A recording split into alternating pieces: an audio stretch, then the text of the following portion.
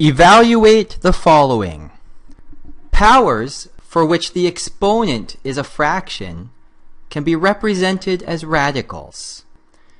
To evaluate or simplify powers, the following exponent laws can be used.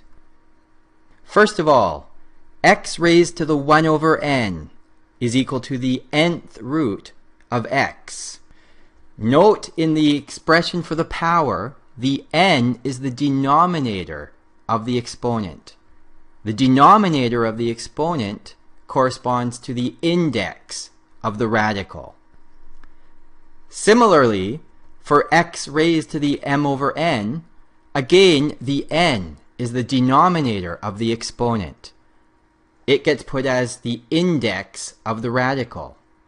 In this case, you can raise the x to the m first, and then take the nth root, or you can take the nth root of x and then raise the entire result to the power of m. Finally, x raised to the negative n equals 1 over x to the n.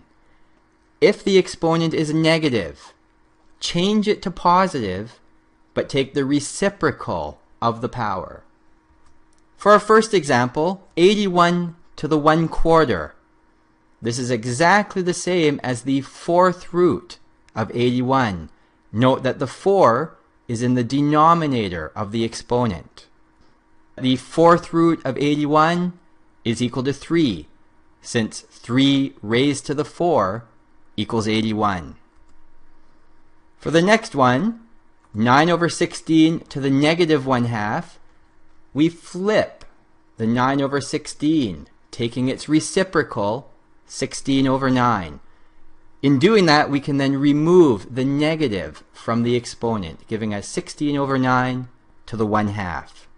Note the 2 as the denominator in the exponent. This means that we're taking the square root of both the 16 and the 9. This gives a result of 4/3.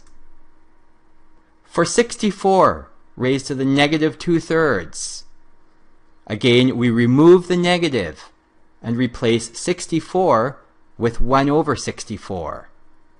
Then, note we're looking for an index of 3 for our radical, since 3 is in the denominator of the exponent. We then have the cube root of 1 over 64, and then raise that entire expression to the power of 2. The cube root of 1 over 64 is equal to 1/4, and then we square that, giving us 1/16 as our final answer. For 25 over 36 raised to the negative 3 over 2, again, we remove the negative and take the reciprocal of 25 over 36. The 2 as the denominator of the exponent means we have a square root. We take the square root of 36 over 25 and raise it to the 3.